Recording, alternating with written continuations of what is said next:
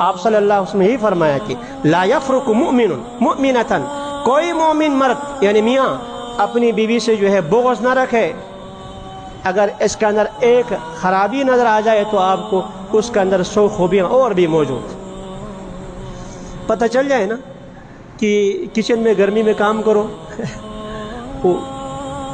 تب پتہ چل جاتا، اور ہم باہر سے آگے واپس آ کر جو ہے وہ ہلکا سا کھانا پتہ نہیں تھوڑا سا تاخیر ہو جائے یا فلاں ہو جائے تو کیا کچھ نہیں کرتے. میں سب کی نہیں بات کرتا، الحمدللہ اچھے لوگ بھی ہیں، لیکن اسی معاشرے میں یہاں چونکہ میرا تعلق مسائل سے ہے تو روز کی بات روز میں دیکھتا ہوں. اڈیالہ جیل یہاں سے ایک صاحب جو ہے سلسلہ ہوا، ایک بیچاری جو خاتون چھوٹا سا بچہ گود میں اور شاید 2.5-3 سال کا، اور ایک بچہ جو ہے میرے خیال میں 9-10 مہینے کا بچہ ہے. میاں نے 3 طلاقیں دی، میاں نے 3 طلاق کیوں دے دی؟ میاں پکڑا گیا ہے چرس میں پینے میں، اور طلاقیں دی اس لیے کہ آپ کے بھائیوں نے مجھے چھڑانے کی کوشش کیوں نہیں کی، آپ کے بھائیوں نے مجھے چھڑانے کی کوشش کیوں نہیں کی، 3 طلاقیں دے میں. اب وہ بچی روتی ہوئی یہ بچہ میری طرف اچھال دیا، مفتی صاحب اس بچے کا کیا قصور ہے، یہ تو یتیم ہو گیا.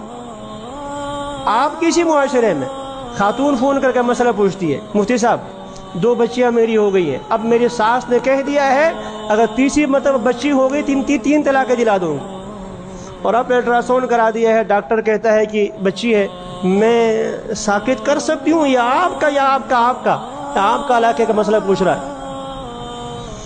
خوف خدا کرو، اللہ کے قہر کو جواب یہ جو ہے دعوت مت دو یہ چیزیں.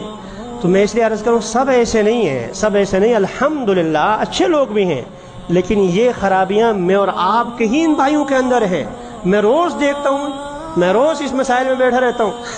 تو اس لیے رسول اکرم صلی اللہ علیہ وسلم ارشاد فرماتے ہیں لا یفرق مؤمن مؤمنۃ، کوئی مومن کسی اور مومن کے ساتھ یعنی اپنے میاں بیوی سے جو ہے محض اس لیے بغض نہ رکھے اس کے اندر ایک خرابی دیکھیے، ایک خرابی آپ نے دیکھی اس کے اندر جو ہے اس کو خوبیاں بھی موجود ہیں. تمہاری نظر خوبیوں پر ہونی چاہیے، خرابیوں پر نہیں ہونی چاہیے.